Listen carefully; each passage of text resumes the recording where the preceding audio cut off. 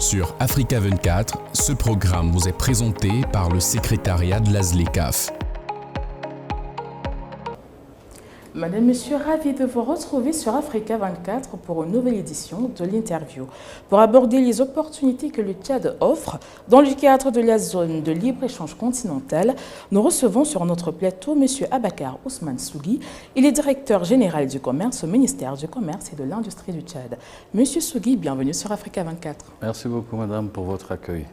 Monsieur Sougui, le Tchad va bientôt rejoindre l'initiative de commerce guidé de la ZLECAf. Comment pensez-vous que cette initiative peut participer à la réalisation de la vision de développement du pays?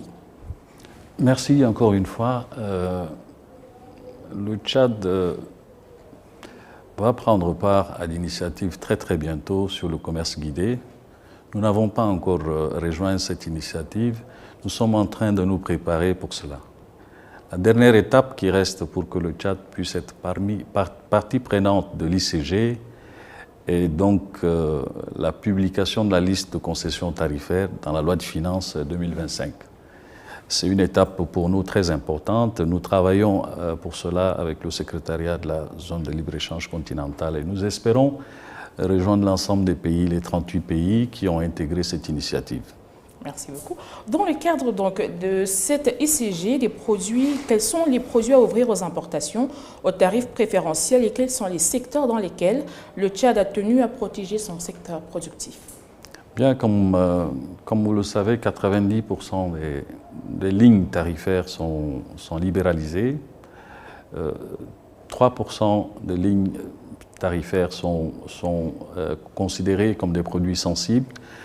Pour ce qui est du Tchad, nous avons identifié des secteurs comme le bétail-viande, comme le sucre, comme la filière cotonnière, le sésame, ainsi que certains produits laitiers, comme étant stratégiques et sensibles pour le Tchad.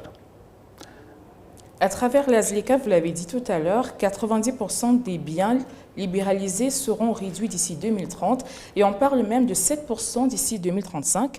Les pays sont donc autorisés à taxer à 3% les biens produits. Comment le Tchad, qui va bientôt ratifier cet accord, s'apprête ou se prépare à ces changements?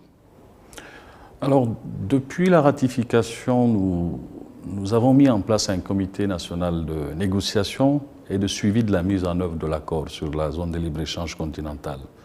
Nous travaillons avec l'ensemble des administrations pour intégrer la liste de concessions tarifaires de façon à ce que les administrations douanières puissent utiliser cette liste et pouvoir l'utiliser dans le cadre du processus de démantèlement tarifaire.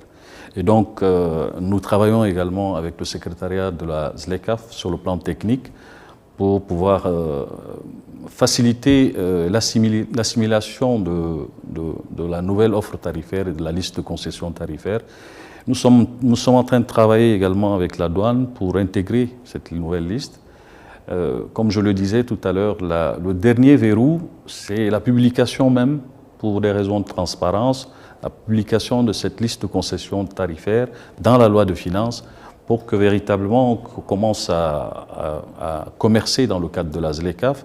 Le Cameroun voisin a déjà intégré cette offre tarifaire de la CEMAC et le Cameroun également se prépare donc naturellement à commercer, si ce n'est déjà fait dans le cadre de l'ICG. Le Cameroun commence déjà à le faire, nous nous y préparons également.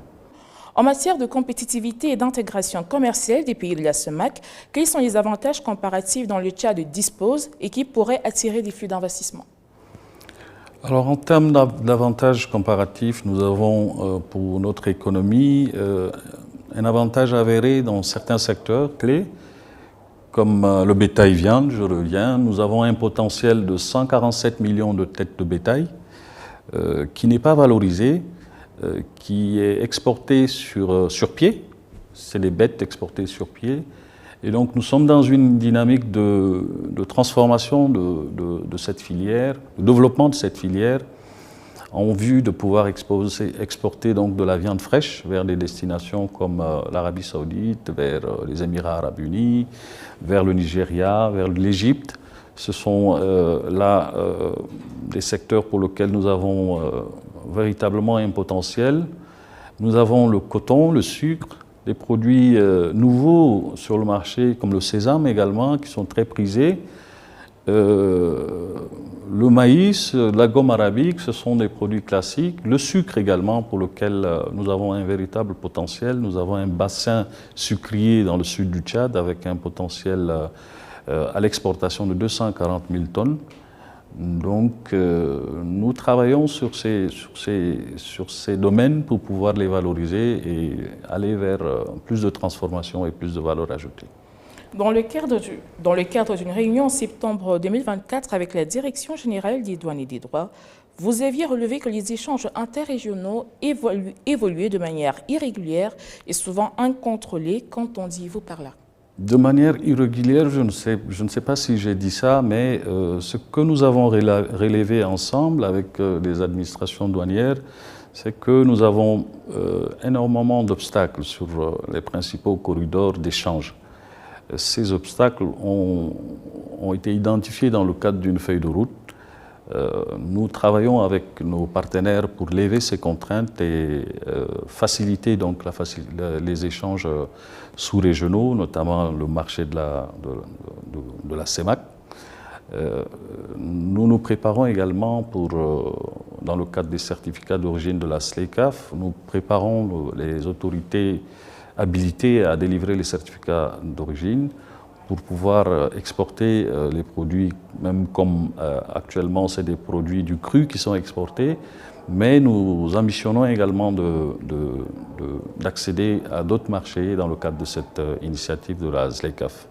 La deuxième édition du Biashara Africa offre une plateforme engageante pour un dialogue continu entre les secteurs privés et publics africains sur les défis et les opportunités des processus de construction de chaînes de valeur régionales et continentales. Comment cet événement, à votre sens, peut-il contribuer à créer un cadre pour le Tchad, pour le développement interrégional et même pour la SLEMAC? Pour nous, le Biashara est une opportunité de mise en réseau d'entreprises. Nous avons fait participer 3 entreprises, petites et moyennes entreprises, qui sont dans la transformation agricole au Biashara, qui leur permet donc d'entrer en contact avec d'autres entreprises et de créer un réseau de jeunes entrepreneurs et des femmes. Nous avons 3 femmes chefs d'entreprise qui prennent part. Et donc la dynamique est véritablement de créer un réseau avec le secteur privé pour une meilleure compréhension pour des pays comme le Tchad de ce que c'est que l'accord et des opportunités que cet accord peut offrir. Naturellement, c'est un accord ambitieux et nous pensons que le Biashara peut faire comprendre, faciliter la vulgarisation de cet accord. Et donc c'est une très belle initiative, ça permet également aux hommes d'affaires de se connaître et de se mettre en réseau, de se connecter. Nous sommes ravis. Merci infiniment, M. Sougui, d'avoir répondu aux questions d'Africa 24. Merci, madame. Madame, monsieur, c'est ici que s'achève cette nouvelle édition de l'interview. Restez connectés sur le site africa24tv.com et sur l'application MyAfrica 24.